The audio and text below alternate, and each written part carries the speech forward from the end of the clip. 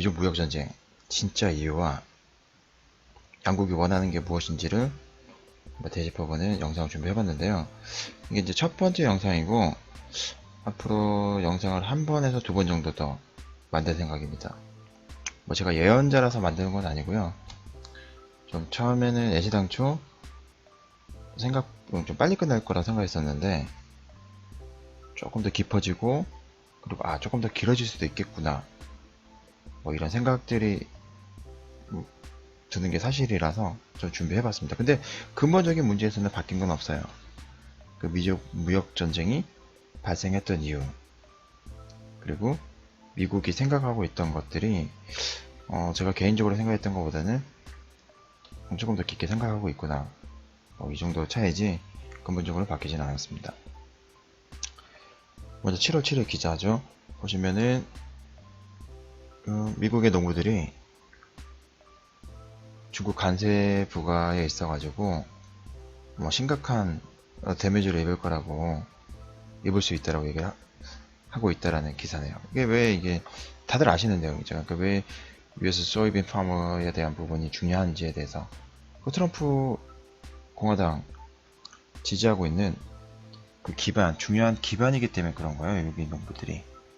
그래서 제목이 CNN에서 다루기를 미국이 정말 이길 수 있냐 뭐 이런 기사를 다뤘네요. 우선 무역전쟁을 하는 방식을 보면은 뭐 싸우는 거는 비슷하다고 할 수 있지만 지금 양상을 보면은 미국이 일방적으로 이렇게 공격하는 편이고 중국은 방어하는 입장이에요. 그리고 싸우는 방법이 틀리죠. 애시당초. 어떻게 보면은 이 관세 정쟁이라는 것 자체가 성립이 안 되는 싸움입니다. 보시면은 미국은 이제 유일하게 기축통화를 발행하는 국가이기 때문에 돈으로 싸우는 거고요. 그리고 시진핑은 돈으로 싸운다기보다는 자국의 생산력이라든지 뭐 기타 다른 방법을 통해서 싸움을 이루고 있기 때문에 이게 싸움 자체가 성립이 되질 않아요. 억지로 이제 끼워 맞춘 거죠. 트레이드 워라고. 뭐 아시는 분들 다 알아요. 이게 트레이드 워가 아니라는 사실은. 보시면은 중국만 미국에 대해서 흑자만 내고 있는 게 아니고요. 규모가 크다 뿐이지 다들 이제 흑자를 내고 있어요. 왜냐면은 미국은 돈을 쥐고 있는 나라고 다른 나라들은 그 달러를 이제 벌어야 되는 입장이기 때문에 당연히 이제 무역을 함에 있어가지고는 미국이 적자를 볼 수밖에 없는 구조. 이게 당연한 구조예요. 그러니까 싸움이 될 수가 없어요. 이게 예시당초 성립이 안 되는 싸움이죠. 그런데 왜 싸우는지 한번 들여다볼게요. 이제 시진핑이 꿈이라고 하는 1대1로 산업 있죠. 원벨트 원로드. 보시면은 중국에서부터 유럽까지 해상 그리고 육상 최근에 발표됐던 빙상 실크로드까지 이렇게 큰 이제 인프라 사업을 통해 가지고 유럽과 아시아를 이제 하나의 이제 벨트로 묶는 비즈니스를 중국이 추진을 하고 있어요. 뭐 이게 가능할까라는 의구심을 가질 수는 있는데 중국 입장에서는 이제 이 1대1로 사업을 추진하기 위한 근본적인 1차적인 이제 스텝은 끝이 났어요. 뭐냐면은 A2B뱅크 설립 그 이전 단계에서 그 1대1로 산업을 하기 위한 거점을 다 점령을 했거든요. 중국 입장에서는. 그런데 이제 이 비즈니스에 있어가지고 요 세계지도 딱 보시면은 아메리카만도 빠져 있잖아요. 여기는.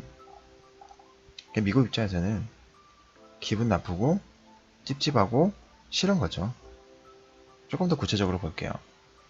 보시면은 차이나 뎁트 이슈라고 이게 2016년도 기준인데 최근에 신문기사에 이제 뉴스 난 게 있었죠.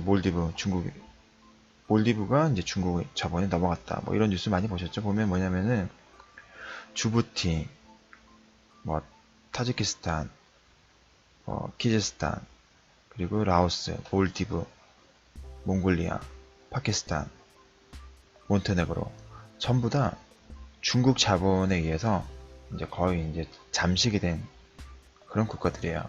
보시면은. 근데 이게 그 1대1로 사업과 어떤 관련이 있냐면은 제가 이걸 지도에서 이렇게 다 찾아가지고 표시를 해봤거든요. 그러면은 여기가 중국이잖아요.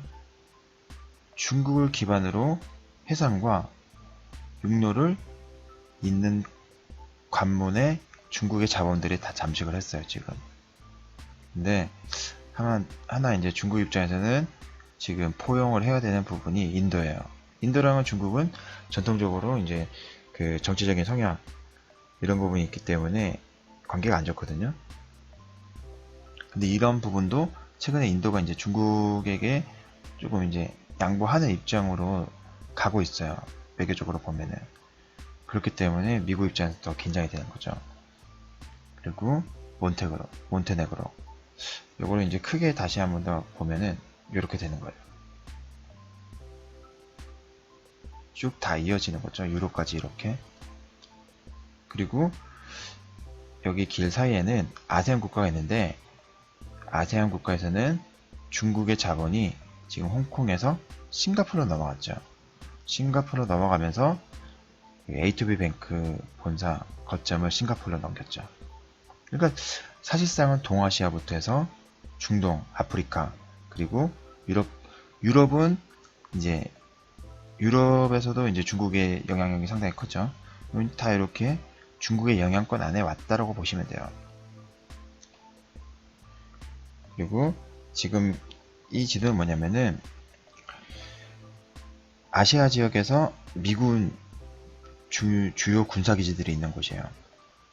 다 중국을 둘러싸고 있죠. 근데 앞에서 보시는 것처럼 이 중간중간에 미군이 있는 기지를 중심으로 에워싸면서 중국이 다시 영향력을 행사하고 있기 때문에 미국 입장에서 긴장을 안 할 수가 없는 거야.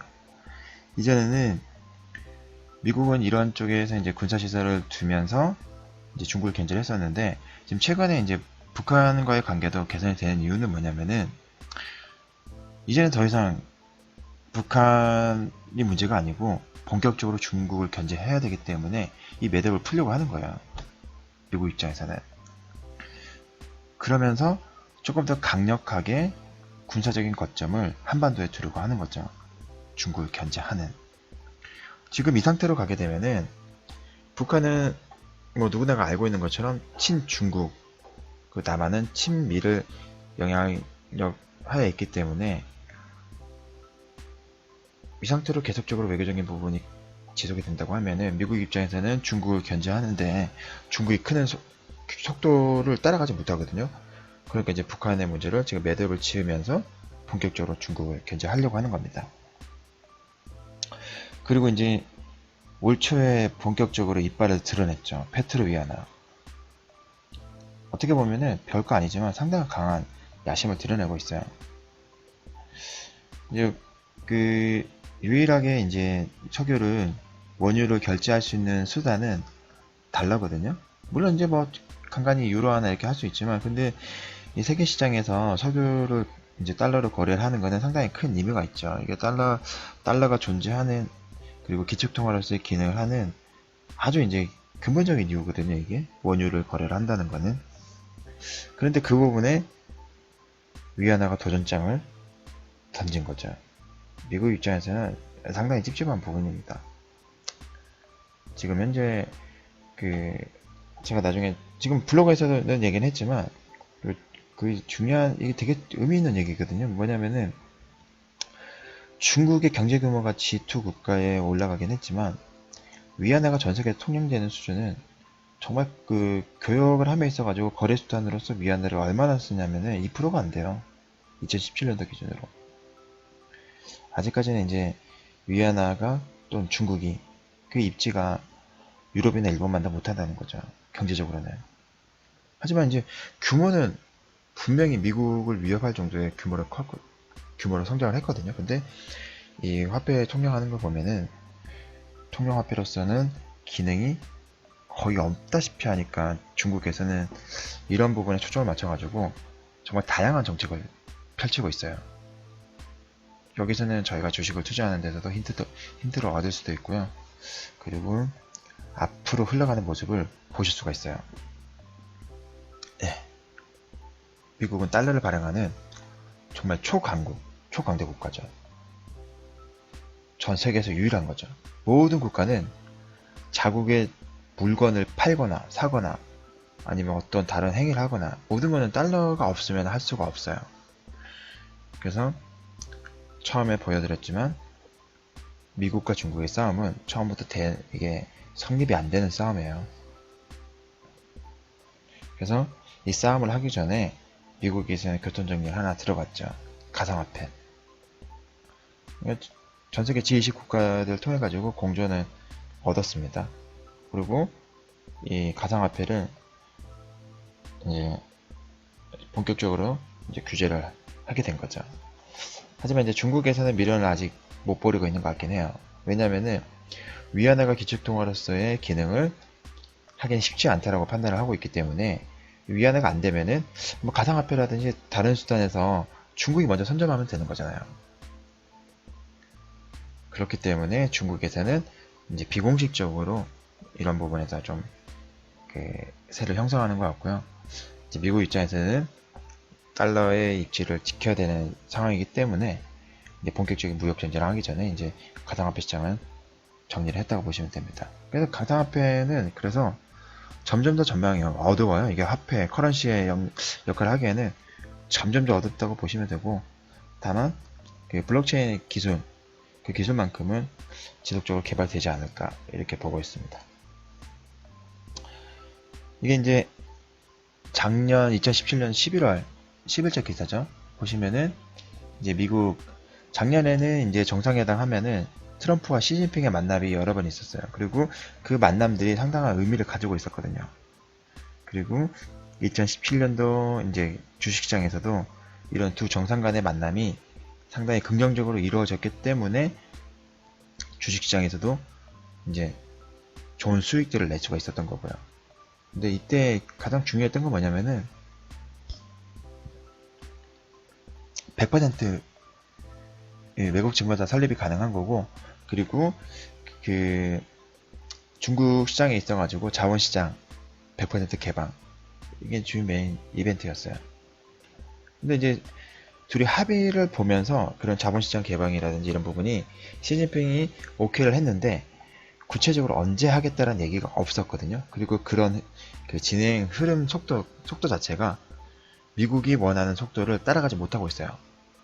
중국은 원래 성격이 이제 국민적인 성향 자체가 만만디, 좀 천천히 가는 부분이 있고, 좀 하나하나 음흉하게 검토하면서 이제 자기네들 손해를 덜 보는 방식으로 가려고 하는 거잖아요.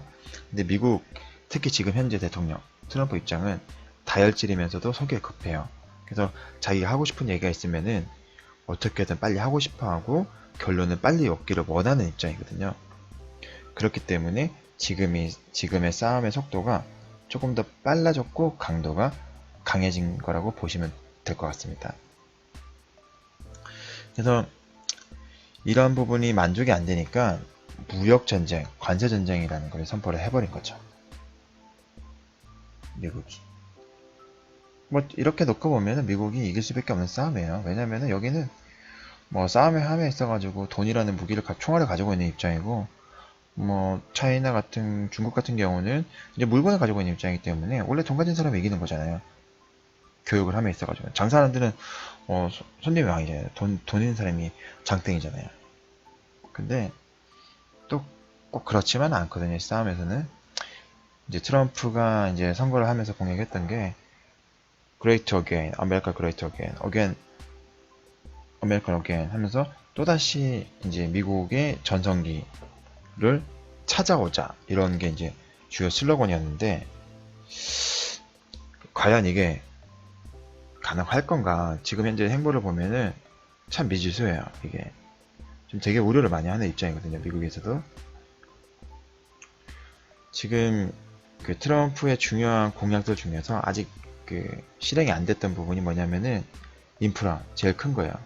이 부분이 지금 무역 전쟁 항해에 있어가지고 이제 트럼프나 미국 입장에서는 중요한 뭐 이유가 되기도 합니다. 인프라 투자. 왜냐면 투자하려면 지금 현재 그 하반기 때 그 채권 발행해야 되거든요. 미국 입장에서는 채권을 발행함에 있어 이거 왜 채권 발행하는데 이게 왜 중요한가? 뭐 채권 발행하려면은 채권의 가치 결정도 있어야 되기 때문에 지금 금리 인상 스탠스나 이런 게 결정이 된다고 보시면 되세요. 그리고 이민자들은 이제 순전히 표를 위한 거죠. 트럼프는 일자리와 경제 지금 원하는 방향대로 흘러가진 않아요. 지금 미국의 경제 수준은 되게 좋습니다. 거의 뭐 지표로만 보면 최고예요. 그리고 원하는 물가 상승률이 나오고 있는데 그 물가 상승률이라는 거는 이제 금리를 올리기 위한 어떤 지표고요. 금리를 올리기 위한 지표인데 지금 현재 트럼프가 전방위적으로 모든 부분에서 관세를 부과하고 있기 때문에 물가가 올라가지 않는다는 것은 불가능한 거죠. 뭐 당연히 올라갈 수밖에 없는 상황이고요.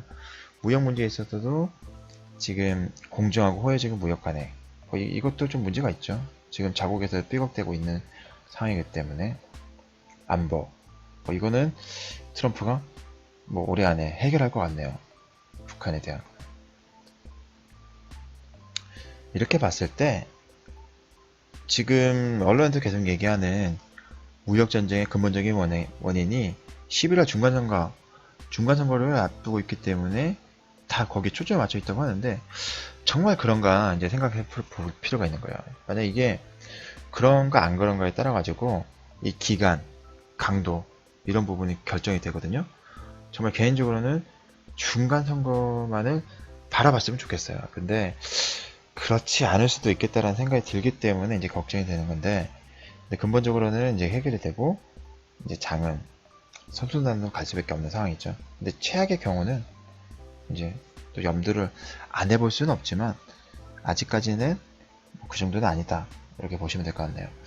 제가 오늘 준비한 영상이 여기까지인데 그 다음 영상에서는 조금 더 구체적으로 그러면은 미국 공화당 입장에서는 중간선거가 아니면은 도대체 무엇을 목적으로 하고 있고 왜 이 싸움이 지금 이렇게까지 가고 있는지에 대해서 한번 이야기해 보도록 하겠습니다. 그러면 어느 정도 윤곽이 좀 나타날 거예요. 아마 이게 좀 느낌도 오실 거고 뭐 지금 여기까지 들으셔도 조금 이제 경제적인 지식이라든지 뭐 다 알고 계시는 내용일 수도 있고요. 있다고 하시면은 캐치되셨을 겁니다. 예, 영상이 마음에 드셨다면은 좋아요를 그리고 다음 소식을 받고자 하시면은 구독을 부탁드리겠습니다. 머니 스나보였습니다. 감사합니다.